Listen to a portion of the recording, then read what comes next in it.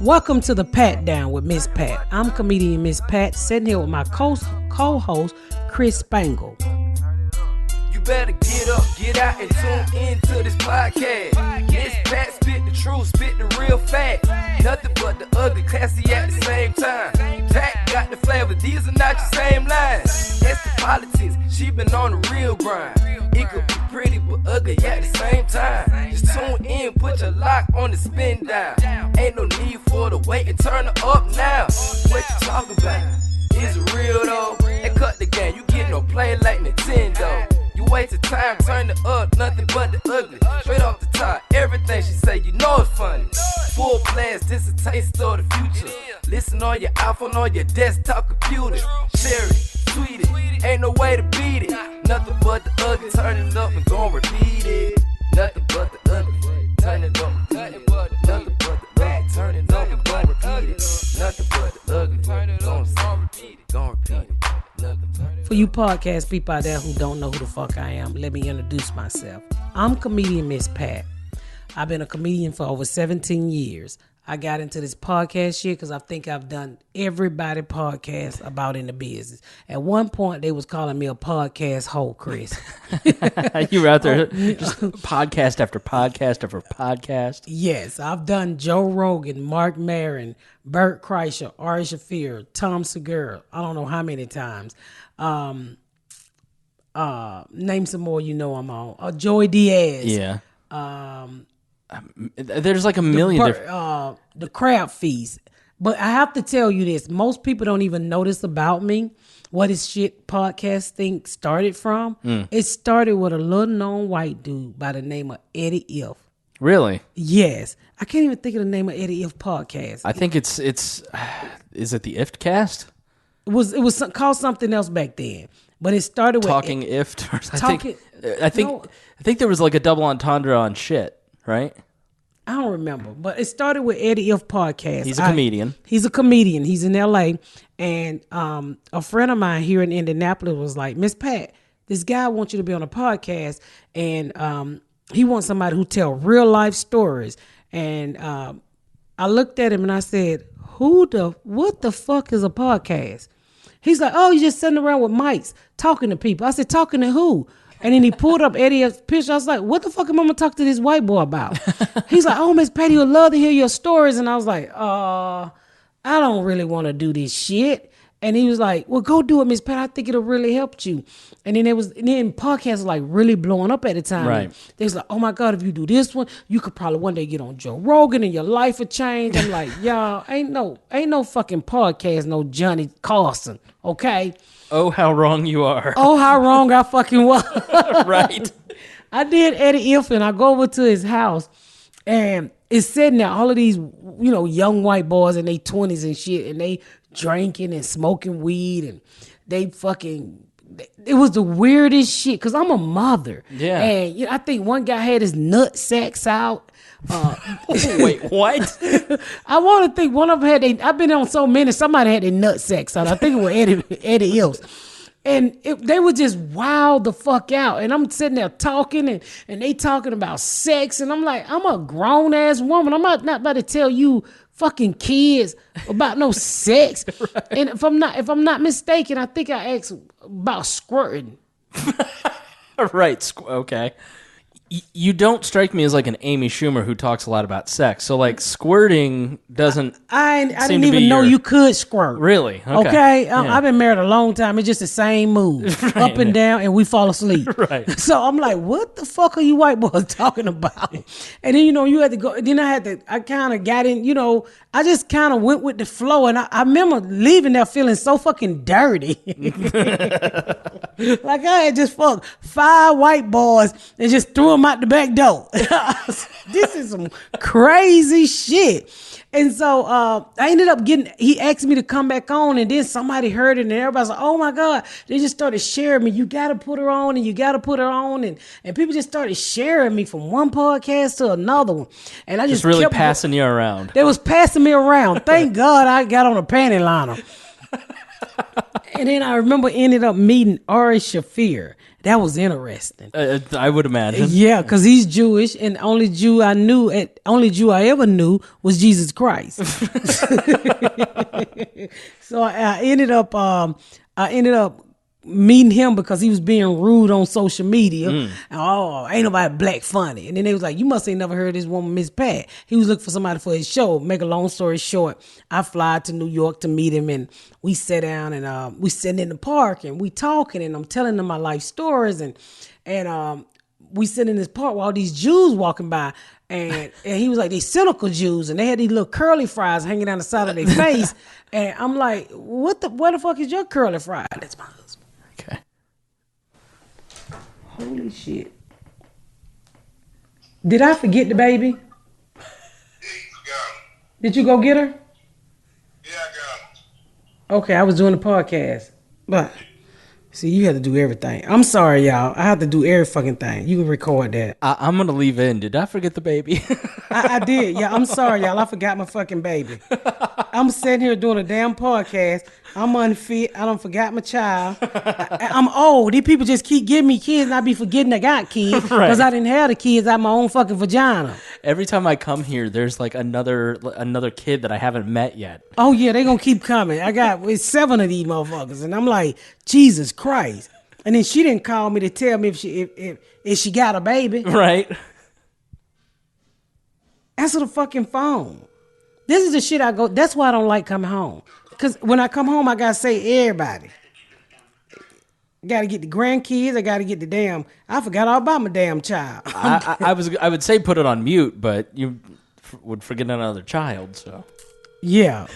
I'm so sorry. I literally forgot my child at school. I damn near jumped up, and I took a shower and I didn't put on a bra because I said I'm gonna run up here when we finish the podcast, get the kids, and come back and get in the bed. Right. Shit me. I done left the goddamn child at school, and look at this bitch. I answered the phone. I guess she got her own kids, but let's finish. All right. So you're the Hasidics with the curly fries on their head, and you're with Ari Shafir in the park. Yeah, I was talking to Ari Shafir in the park, and I was like. At first, I thought he was gonna be an asshole, because then I started to Google him after I met him. Yeah. And my son knew who he was, and he do all these racist videos where he pick up Mexican and then take them down to the place where they get deported at. See, I'm not familiar with his work. I know who he is. It was horrible. And I was like, how dare this motherfucking Jew do this to these Mexicans? He pick them up on a truck like he's going to take them to work and drop them off at ISIS. Yeah. And they all take off running. So, my son was like, oh my God, he's so funny, mama. And it just went on and on and on. And I ended up doing Bert Kreischer, which was fucking, his wife is from Georgia, so we could relate a lot. We both Georgia peaches, because they call when you're from Georgia, you're a peach. Right, yeah. And then I did Tom Segura. I don't remember the order. Then I ended up doing Joe Rogan. That was interesting. Was that like the one where I would imagine when you do some shows, like I've seen people go on Rogan and immediately like the heat behind them. Like there's a guy that I've kind of followed named Tim Pool that was just on, and now all of a sudden like his subscribers go way off the charts. Like he made Jordan Peterson.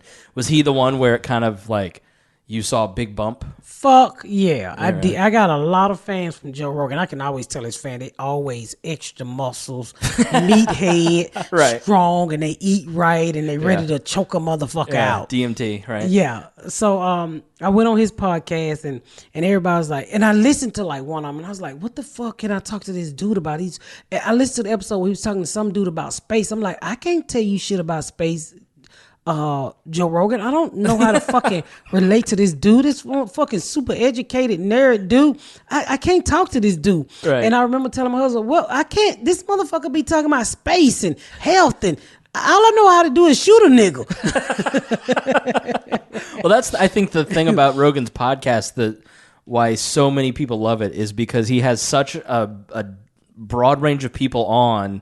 And he doesn't assume that he knows anything. Yeah. He just lets the person come on and talk and just ask them questions. It's a great conversation. Man, I got there and I fell in love with him. And I was like, oh my God, he was nothing like I thought he could. Cause see, when I got invited to his podcast, I Googled him, and I remember him from the show where he did Fear Factor. Fear Factor. Yeah. And then I started to Google, and I realized he ruined Mansell's career by telling everybody he still jokes. Oh, okay. And I was like, this is a badass. And then I read this fake article that he choked out a tiger. I didn't.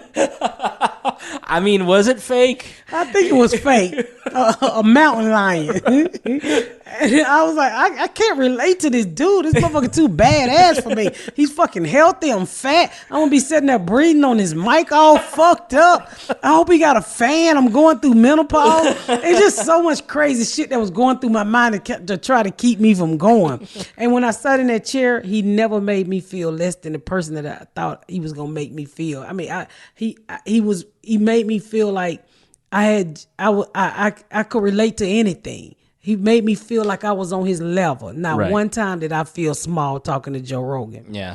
And then I got all of these fucking subscribers, all these fucking people following me. My fucking Twitter was going out the change, and then everybody was telling Mark Maron, you should get her, Mark Maron, you should get her. And Mark Maron will never answer him back. And this is how I truly believe the universe or God or however you want. And this is like what year? This is about 3 years ago. So like 2015, 2016. And like this is like Maron. This is when everybody was talking about Maron at that point. I mean, Rogan hadn't even, like Rogan's kind of at the top at this point, but like Maron, I remember when you went on Maron, it was like, holy shit, Miss Pat's getting famous. I don't know about that shit. I still shop at Walmart and do my layaways at Burlington. So I go on Mark Maron. I had never heard of Mark Maron. Right. I'm honestly, some of these comics I had never heard of. Yeah. And they was like, oh my God, he's the best interviewer in the world, and he's this and he's that. And I'm like, I don't give a fuck what he is. I never heard of him. I didn't know he had been doing comedy that long. I didn't know what to expect. I get there and I walk in and this dude got cats. And I'm like, I don't fucking like cats. Really? But his cats were well behaved. They didn't rub all up on you, try to pull your wig off your head and shit like that. He didn't have no ghetto cats. I was used to ghetto cats. Who would fucking steal your pocketbooks. Right. And so you take your wig and piss in it. Okay. I was used to ghetto cats. The motherfucker will fight your ass. So we walked me to the back of the little garage and we talk. And we just literally talk. And I was like, oh, wow, this ain't what I expected. And each time I went to one of these podcasts, and white boys who I didn't think would understand my life, I would always try to talk myself out of it. And when I got to Mark Maron, and everything started to happen. Yeah. Honestly, Joe Rogan gave me a shit ton of followers, really put me out there. I think that was a stepping stone for me to get on Mark Maron. And when I got on Mark Maron, I was in the process of selling a book, and we was writing up the stuff to sell it. We asked Mark Maron to hold it. He released it on a Monday. I sold my book that Tuesday night to HarperCollins. Damn. That was my Mark Maron. Really, all of these podcasts, but Mark Maron was the cherry on top. Yeah. To me getting a lot of shit. Honestly, after I did Mark Maron, 6 studios called me in to develop a TV show. 6 fucking networks. That's amazing. Yes, I had so many meetings after that. I heard you on Mark Maron. I'm like, what the fuck? And I ended up, my very first deal I was in with New Regency, which didn't work out. They heard me on Mark Maron too. And then that week I had a meeting with New Regency. I can't even think of all the studios, to be honest with you, but the one that's staying out is New Regency. I don't even think they do TV anymore. Maybe the better question is like, what were they talking to you about? If you can say, like movies, TV. It was about a sitcom. I'm about to tell you. It was Imagine, which is Ron Howard company. Okay. They called, and I remember going in and meeting this little dude named John Rattler, and I'm somebody's mama. Little Jewish kid. I didn't even know he was Jewish. I just know he was white. And he was like, oh, he had that Hollywood vibe to him, which I didn't fucking appreciate at all. Right. And he put his foot on his table, and it pissed me the fuck off. Because I'm a grown-ass black woman. I don't give a fuck how raggedy your furniture is. You don't put your foot on the couch and the fucking table. And, and I was like, why you got your foot on the table? That's what I asked him in his office. Fucking foot off the goddamn table. And I remember him saying, he was like, so what brought you here today? Fuck you mean what brought me here today? You brought me here. And that made me so mad with him. I was like, and I said, don't you fucking play with me, little white boy. I'm a grown ass woman. I've been to 5 fucking meetings. I got on this spank. I'm hot. I'm tired. And I left out of there and I said, I hate this fucker. I hated him. Yeah. And we ended up picking New Regency. And then I got out of that deal. And this is how the fucking universe worked. I got out of that deal that day. It was 9 months I was in that deal. That evening, that fucker called and said, I think we can let her meet Lee Daniels. And my manager was pretty much like, fuck off. Because he didn't like him either. And so he's like, imagine callback. I said, I don't want to fuck with that kid. He put his fucking foot on his table. It's astounding. Fucking hurt my feeling. Don't put your fucking foot on no couch and no table with your fucking shoes on. My mama didn't play that shit. We had broke down furniture on fucking crates, but you did not put your feet on that shit. So he called back and Brian Grazer. If y'all don't know who Brian Grazer is, go Google him. Fucking Hollywood. Fucking did all the Eddie Murphy shit. Rush Hour. I think he did Rush Hour. I better, before I put that out, I better Google that. Did a whole bunch of shit with Eddie Murphy. And he's the man. He's Ron Howard's partner. Right. He ended up calling my manager and said, well, we really would like to, let Miss Pat meet Lee Daniels. And I was like, what am I meeting Lee Daniels for? The dude with the pajamas on? Because he used to always walk around in pajamas. I didn't know that.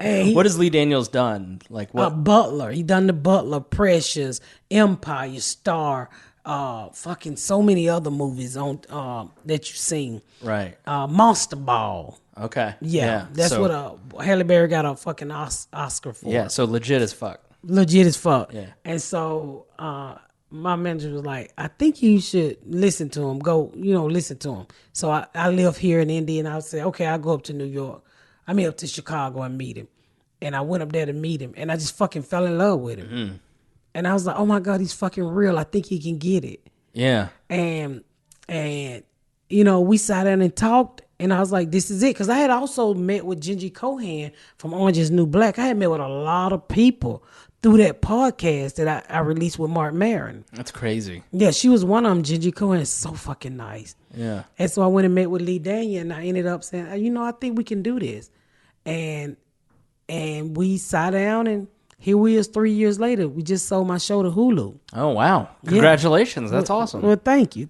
So if you don't know me, you go back and listen to some of those guys' podcasts, because I think if I had to sleep with everybody, I got about 35 white babies out there somewhere. Well, I think you'd be aware of the baby. Literally that I left behind. Yeah. If I have a baby now, that motherfucker gonna have to keep it. I can't deal with no more goddamn children with these crack babies I got at this house and all these other babies I got at the house. Well, I think, in your first episode, you want to kind of introduce maybe what we're going to talk about here on the episode and where you came from, because you didn't quite have a normal life, quote unquote. I didn't have a normal life. So people are going to be kind of surprised when they hear future episodes, I think. Well, I'm from, let me give you a little bit of background on me if you're not familiar with who comedian Miss Pat is. I'm from the inner city of Atlanta. I used to traffic cocaine. Well, crack. I don't know if it's trafficking. I just put it in my pocketbook and took it to my trap and cut it up. But according to the Clintons and the Bushes, that was trafficking. So, right. But me, I wasn't in traffic with it. It was in my purse or either in my underwear. So I used to sell drugs. I had 2 kids by the time I was 15. Got shot a couple times. Went to prison, and then here I am today. But a little bit more in-depth background on me. I sold drugs, had a very interesting life. Yeah. With those 2 kids in the midst of selling drugs, got shot. Dude shot my nip off. I'm so tired of telling that story. And my kid's father shot me in the back of the head because I was in a very abusive relationship. Right. And but I'm no weak bitch, y'all. I want y'all to know that. He did shoot me in the back of the head, but I shot that motherfucker back too. He went to go get his tire changed, and I shot him in the leg with a 22, and it broke his whole leg. And I went to the hospital to pick him up, and when I got ready to pick him up, his baby mama was there. So he wouldn't get in the car with me. So I was like, dude, I shot you so I can take care of you. So he wanted to be a badass and go with the other baby mama. So I ran him and her over. I didn't hit her. I ran him over and broke his cast. And they took him back in the hospital. And so I snuck in the emergency room and I whispered in the ear. I said, I'm the one who gonna write on your cast first, bitch. Not that bitch. If she wants you at her house, she needs to shoot you in the other leg when this leg get well. I don't think I've heard this story before. I've read the book. I don't think that made the book. So how? That tells you what a great book Rabbit is. When that story wasn't good enough to make the book. Jeez. Yeah. But we should maybe. I have a book out. I do have a book out called Rabbit. Oh, I have a book out called Rabbit, and I'll tell you about that when I come back after this break.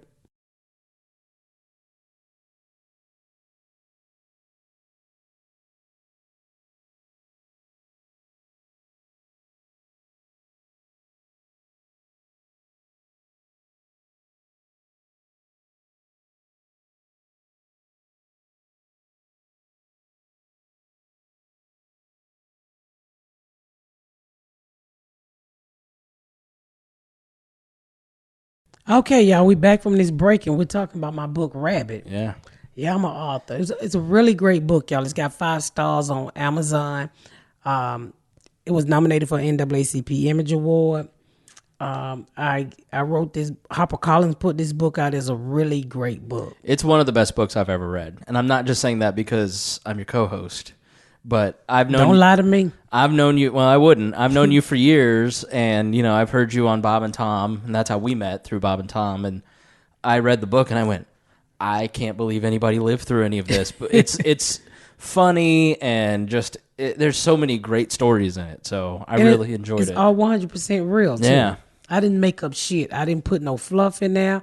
I didn't play. I wanted to tell the real deal. And it's what's crazy, when we first wrote this book, it was another version of this book. And HarperCollins was like, no, bitch. People would be crying, falling in the street reading this shit.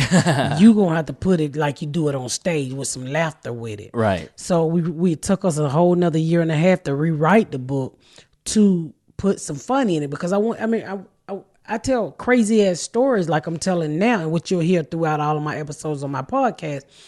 I tell these crazy ass stories, but in a funny way. Because one thing I want people to realize when you listen to me, I want you to be able to laugh at any fucking thing. Yeah. That's what life, when you can laugh at it, you got control of it. Yeah. When you can't laugh at it, you don't have control of it. And that is the realest shit you gonna ever fucking hear. Yeah. You have to be able to laugh at it. That shows growth. People like, how can you laugh at being shot in the back of the head? It took me 2 years to get that bit funny. I don't tell it anymore. I said my kid's father shot me in the back of the head. It wasn't his fault. It was my fault because I ducked slow. Okay. Yeah, but it took, because people like, shot in the back of the head, you a girl. No, bitch, I was a crazy bitch back then. I'm a girl now. I'm a woman now. I was a crazy bitch. You can shoot me and I still run after your ass if I could. But that's what you get in this book. Crazy, funny stories. Even though you know that they're fucked up, you still laugh at it. And you sometimes you catch yourself. I remember doing the audio, but I was like, who the fuck life is this? I was like, holy shit, that's my life. So and that's one of the things you'll hear week after week when you tune into this podcast too, just real shit. Yeah, I think it's going to be a mix of kind of talking about the news and talking about life. Life, people, race, kids. I got fucking kids I'm sick of. Yeah. Whatever happened to the ice cream man who take your kids around the block and bring them back? Okay, all right. See, it's jokes. You're gonna get jokes like that make me uncomfortable, but she thinks it's funny. I think it's fucking hilarious. I told somebody once. I said, "What happened to the man who used to come out of school with his dick hanging out, who made you run home faster?" I was like, "Pat, they lock his ass up now." That's called Catholic school. You and I met through Bob and Tom. Yeah. If you're introducing yourself, then they definitely don't know who the fuck I am. But we met through Bob and Tom, the Bob and Tom show. I work there.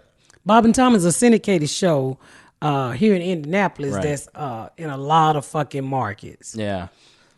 And I started doing that show I've been here 12 years, probably 12 years ago. 11 years ago I started doing this show, syndicated show called the Bob and Tom Show. I would say it's a mostly it's a mainstream. Yeah, it's like a generic, broad, middle American audience. Yeah, it's Midwestis, Right. if that a word. Midwestis, Midwestern, yeah. Western. Oh, I'm sorry. That's why I got Chris here to correct my English. Sorry. My daughter told me English was my second language. I was like, "What, bitch? I'm American." So I started working there 5 years ago, and I met Miss Pat, and we've just become friends over time. And then she's like, "How the fuck do I start a podcast?" Because everybody kept saying, you need to start a podcast. I was like, dude, I got to put on makeup. I got to take a bath. I had to take a bath before you got here. Yeah. I was like, oh, I got to do shit I don't want to do. And everybody just kept saying, you should do one. You should do. What the fuck am I going to talk about? And I don't know. I was in L.A. Actually, this is what really made me put my foot down. I talked to you a couple of days before. And I went out to L.A. and I bumped into Joe Rogan. And he was like, Miss Pat, it's time for you to start a podcast. Yeah. So how the fuck do you say no to Joe Rogan? You can't. You can't fucking say Joe. Not only do he look like he'll choke me, I'm kidding. I'm just fucking playing. I choke his ass back. He's a nice guy. But how do you say no? He's like, you should really, start a podcast. I think your fans will love it. And I think it would also help, other things, your comedy career, other things. And we talked for fucking 3 hours.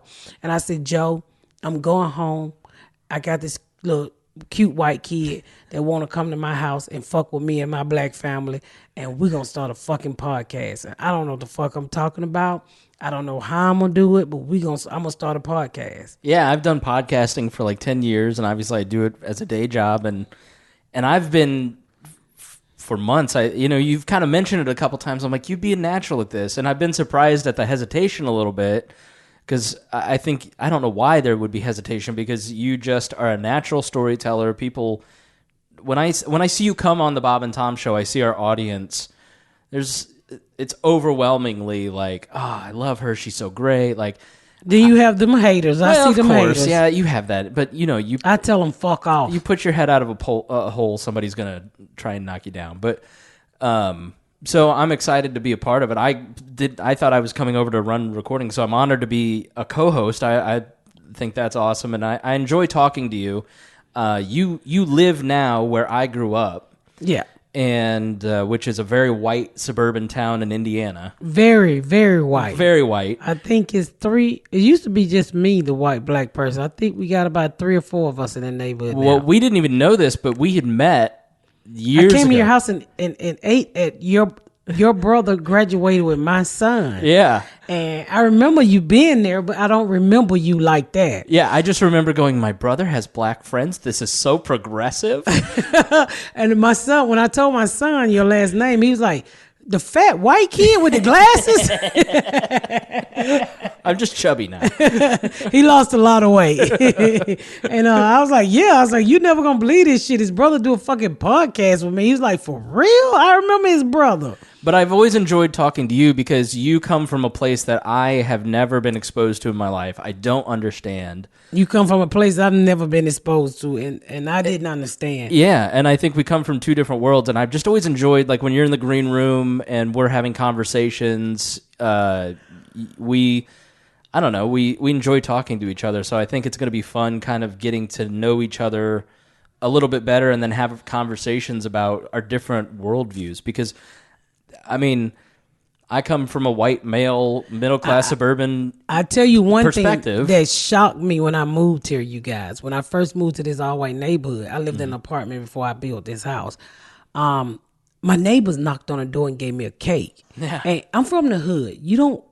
One thing you don't do is you don't come to nobody's house and knock on their fucking door and give them food, which was shocking to me. And I called my girlfriend who lived in a white neighborhood, and I was like, bitch, you ain't gonna believe this. She was like, well, I was like, this white lady just gave me a cake. Should I eat it? She was like, girl, eat that cake. They just don't want you to break in their house. And it was one of the best fucking cakes I had ever eaten. And she was like, she baked me the cake and said, I know it's hard moving from one state to another one. And I knocked back on that bitch. So I was like, I'm still depressed. Can you make me another chocolate cake? Any place we've ever moved in this town, a neighbor has brought us something like, I don't know. So I think it'll be interesting to have conversations over time to learn from each other, having two completely different backgrounds, but then also having this common location, this common reference point of where you live now and where I'm from.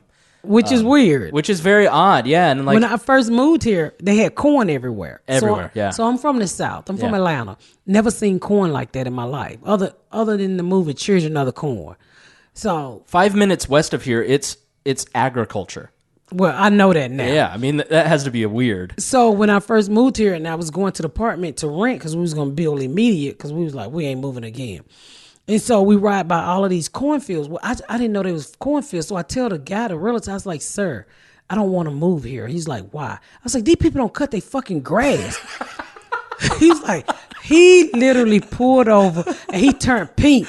And I had a straight face. I said, what the fuck are you laughing at? I don't live around people who don't cut their grass. Right, yeah. I said, my old neighbors cut their grass. These people need to cut their fucking grass. He said, ma'am, that's corn. I said, what the fuck y'all need with all that goddamn corn, man? That's amazing. How did you end up in this town? Like, I don't think I've ever asked you that. Like, how did you go from Atlanta to here? Well, my husband works at Allison, which is General Motors. Right. So they gave him a list of area where, and I'm not lying to you, what good schools was, right, and where not to fucking go. Right. So I'd never been to Indiana a day in my life. Yeah. And so they gave us lists of like really good school systems and what was close to the airport. And so when I called this realtor dude up, I was like, hey, we want to build a house. Well, I'm getting an apartment, da-da-da. And he was like, this is a growing community. I don't want to say my community because I don't want y'all out here fucking with me. He's like, this is great by the airport. And so it ended up, no, I know what it was. I found an apartment that was close to the airport. Okay. And they gave a discount because my husband worked there. And I'm all for the discount because I was a coupon. I'm all for fucking saving $1. So when the realtor picked me up, he was telling me about this community. It's a building. My subdivision wasn't even here then. Yeah. All this place is growing and we get in the mall and da-da-da. And so nobody ever said it was all white. I didn't realize it was all white till 2 days after I walked out my door. I was like, what the fuck is the black people and the Mexican and the people still? No, it is. When I was in school and I graduated 2002 and it was 98% white and the 2% was Muslim, because there's a big denomination here. And so I don't think I had a black classmate. And the thing about this town is like it's all white, but it's a Quaker thing. Like it was big in the Underground Railroad, so like we were always taught like don't treat black people differently. So for me it's kind of confusing to grow up and live in a totally different world and be confronted with racial issues because we were always taught don't treat anybody differently regardless. But that's hard when you don't know any black people. Yeah, like how do I treat somebody that I ain't never seen? I've never tested this theory out. Yeah, I never tested this theory out. And so once I got here, it was a culture shock. I fell into depression. Oh my God, I was like, do I walk away from my family, my marriage? It was just too much of whiteness. I had never, and one of the things when I moved here that really came up was my mama taught me as a kid. She said, Pat, this is what scared the shit out of me.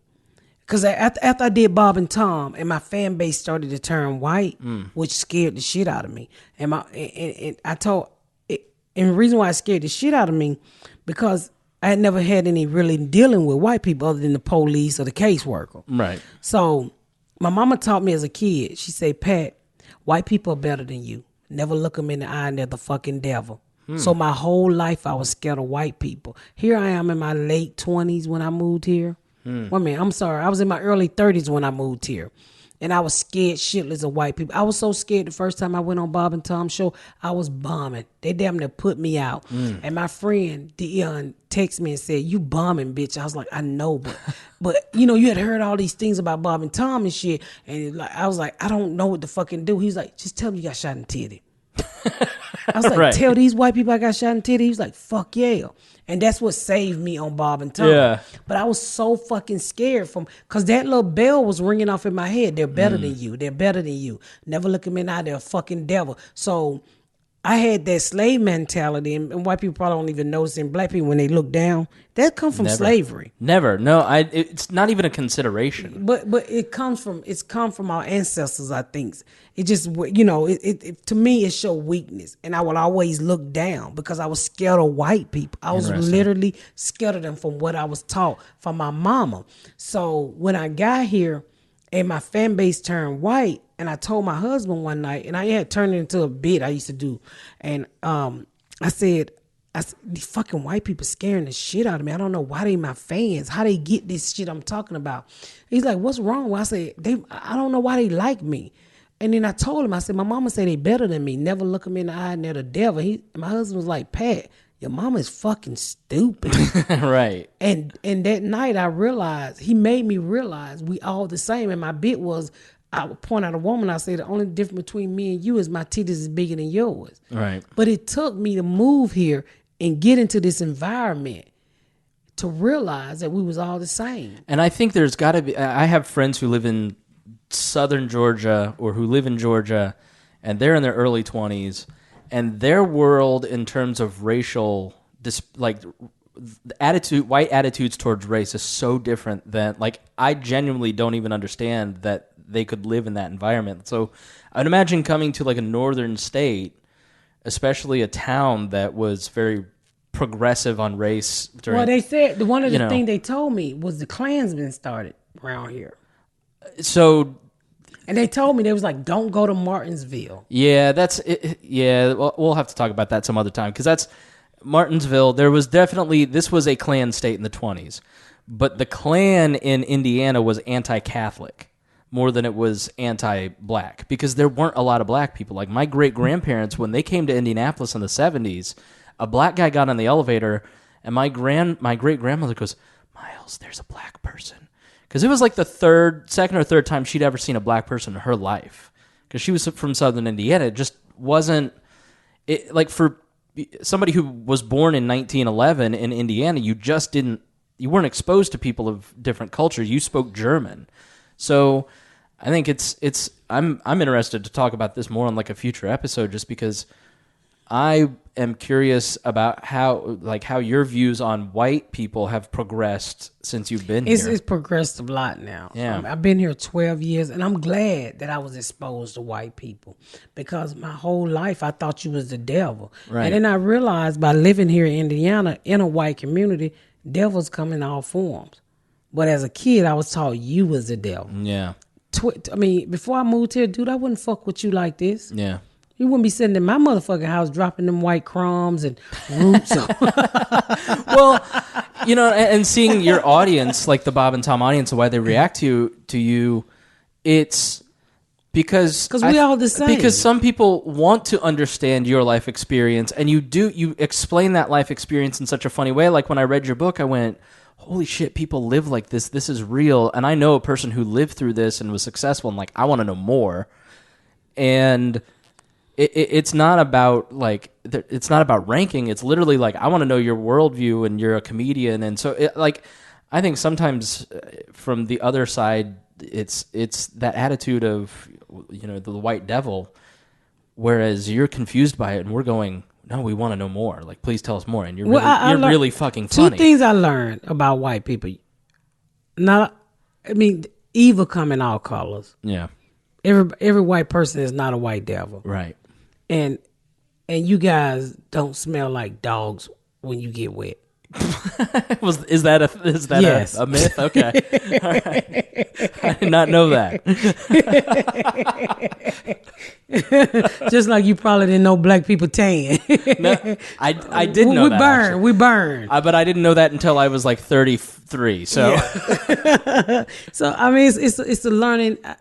There's one thing you will get from this podcast. I think we all learn something together. Yeah. And we'll agree to disagree. In the end, I truly think it's all about respecting each other's opinion. You believe what you believe.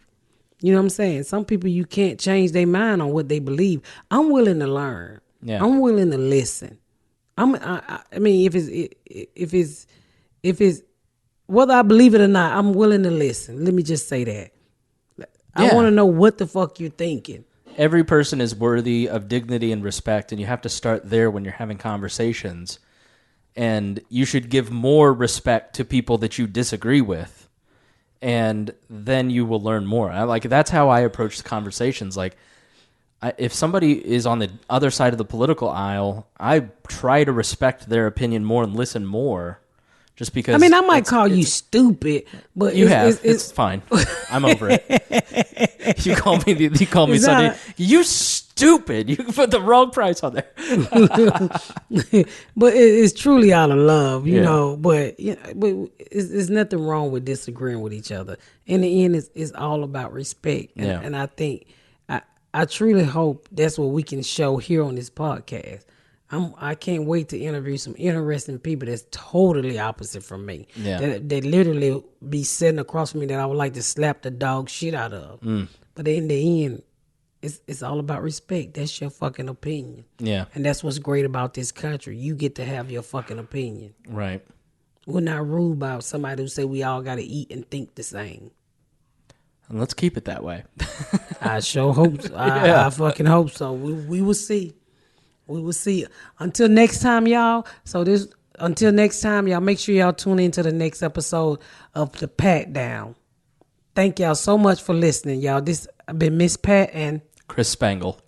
Chris Spangles, y'all. Like the Star Spangled Banner. Without the D. Without the D.